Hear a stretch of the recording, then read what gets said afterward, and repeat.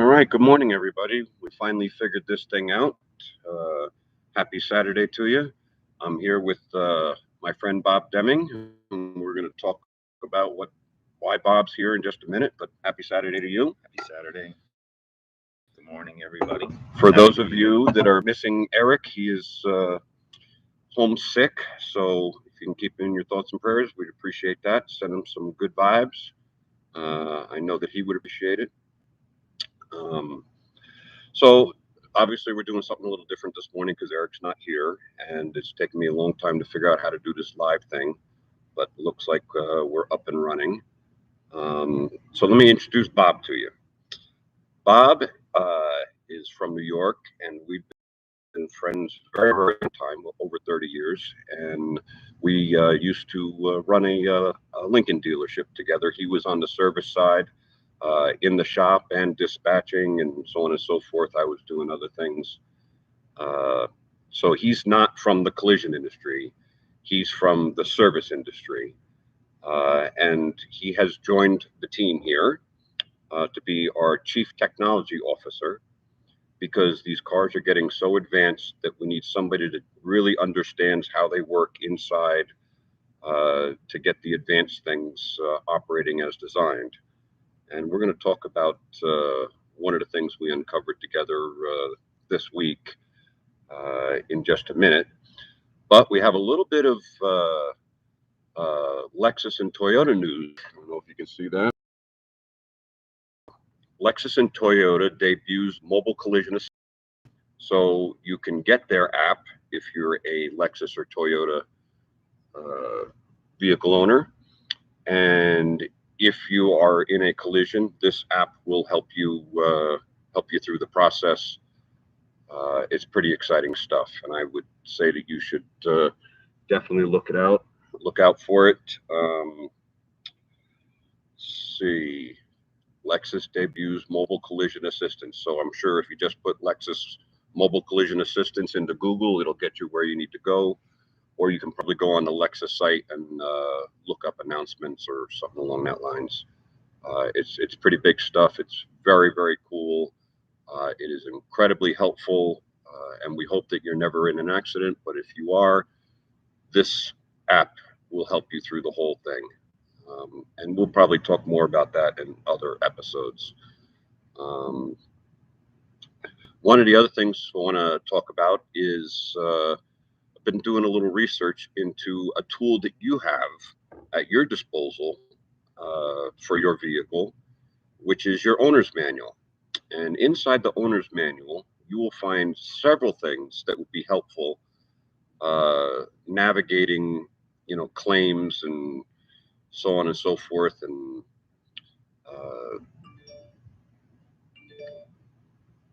all sorts of stuff along that lines. And so I figured I would just share a few things each week that maybe you don't know.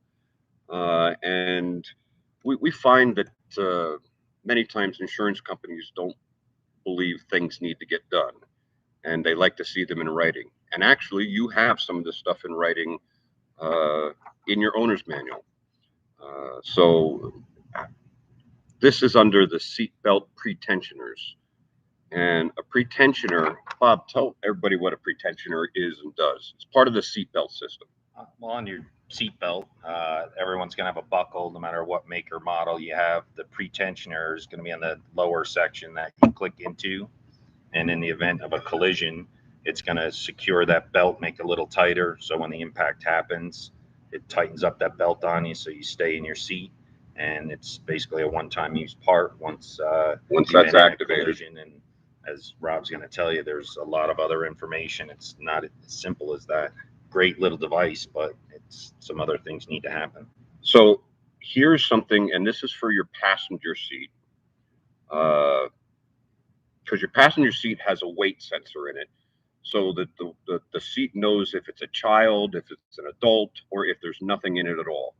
So and this owner's manual is on a 2019 Toyota Camry. And it says, do not place anything such as a cushion on the front passenger seat. So if you want to get a little more height or something, a cushion is probably not the way to go. Doing so will disperse the passenger's weight, which prevents the sensor from detecting the passenger's weight properly. As a result, the seatbelt pretensioner for the front passenger seat may not activate in the event of a collision. So that's a pretty important thing right there. So no pillows on the seat, because it's going to disperse your weight, and it's not going to know if you're a child or an adult or whatever.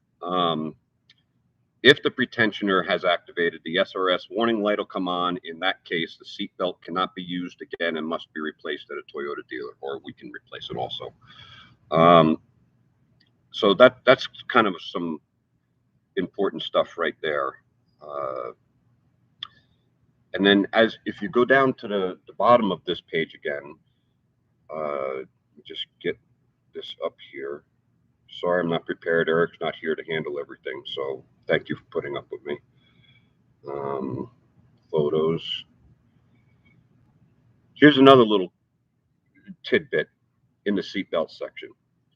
Replace the seat assembly, including belts, if your vehicle has been involved in a serious accident, even if there's no obvious damage.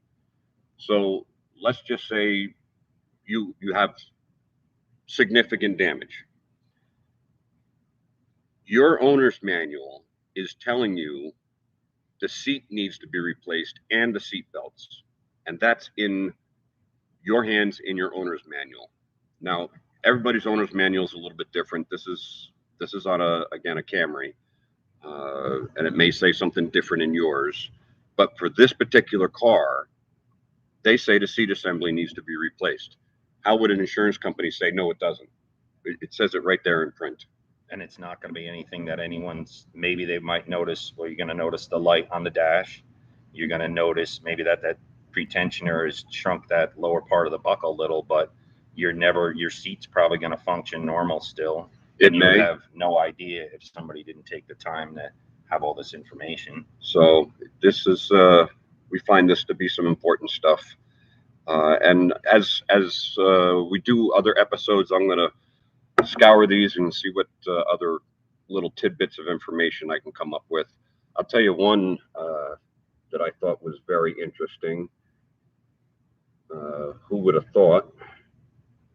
I was just going to say, who would have thought the cushion is the perfect example of who would have thought. Yep. Small cushion, comfort, somebody, like you said, trying to adjust their height. Who would have thought that, there's so much technology that a little cushion in the seat changes the whole way that's going to react. And well, while we're talking about it, let's just say you have a box of files you're bringing home.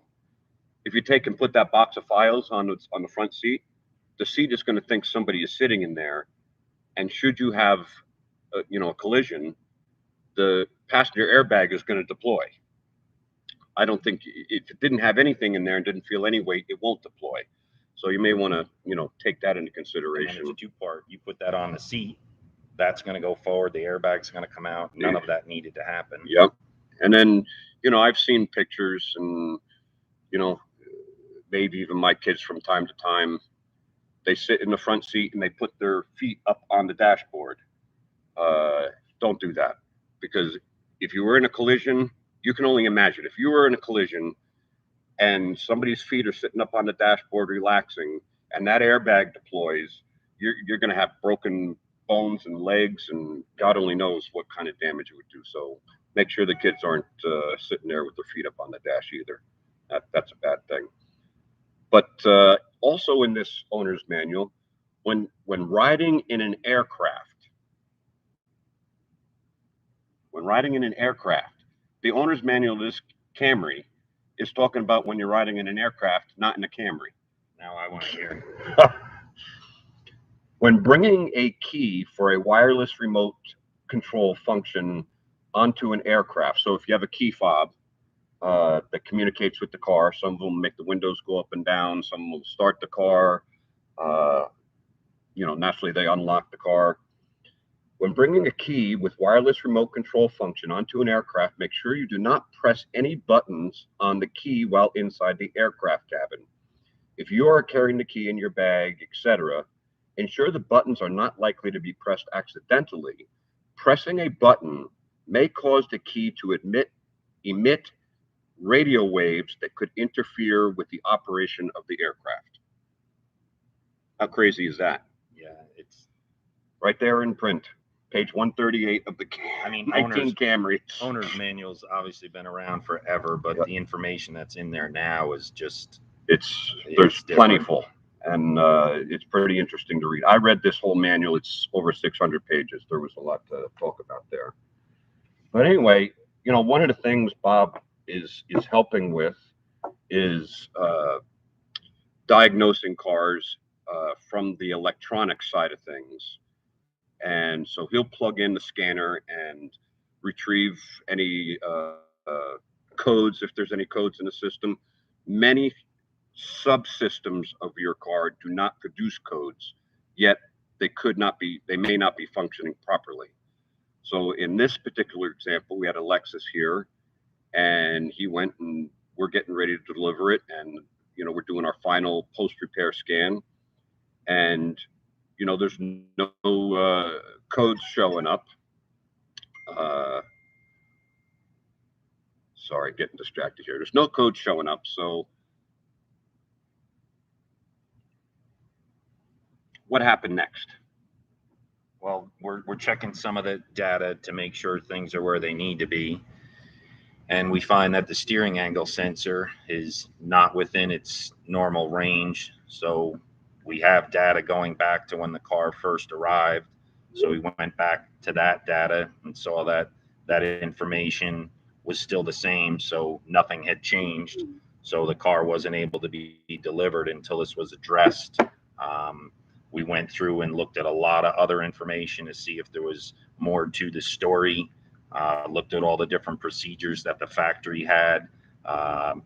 You know, everything that we saw, you know, wasn't anything that was going to change it. So we had to go a little deeper. So then we had to get the, you know, the OEM involved and look and see what's wrong with this car, because it couldn't be delivered.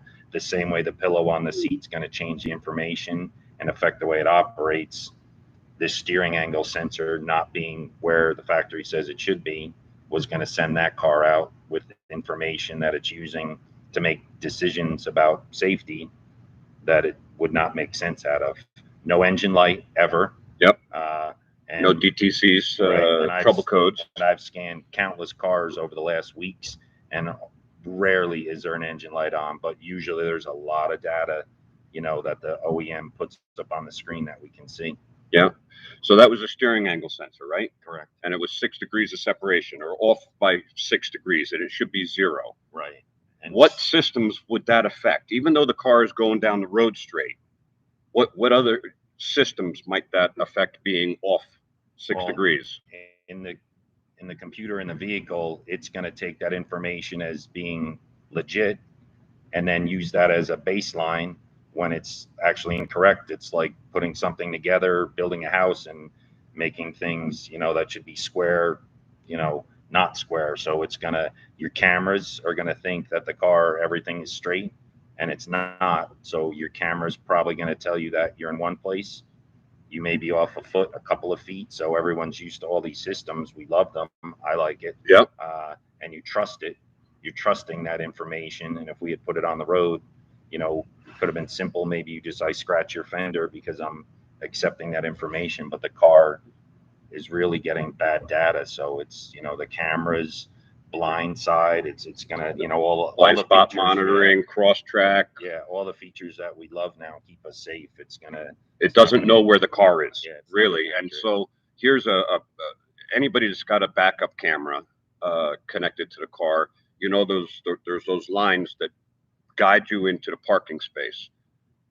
Those lines aren't going to be guiding you correctly. They're going to be 6 degrees off, and it could back you into another car. So that's why it's so important that we have people that understand the technology in these cars and are able to spend the time to do deep dives and decide, you know, this car needs to go back to Lexus and let them figure this out, but we're not delivering the car. No, you can't. Like I said, we rely on all those features and they keep us safe. And unfortunately, that computer takes that information, which is bad. You know, it's just like doing math. If you start with some, you know, bad data, it's at the end of the equation. It's not going to come out. Yeah. So with that, we just wanted to pop in and say good morning and wish Eric well. And for that, we're just going to call it a Saturday. Thanks for tuning in. Bob, happy Saturday. Cheers To our folks. Happy Saturday. Peace out.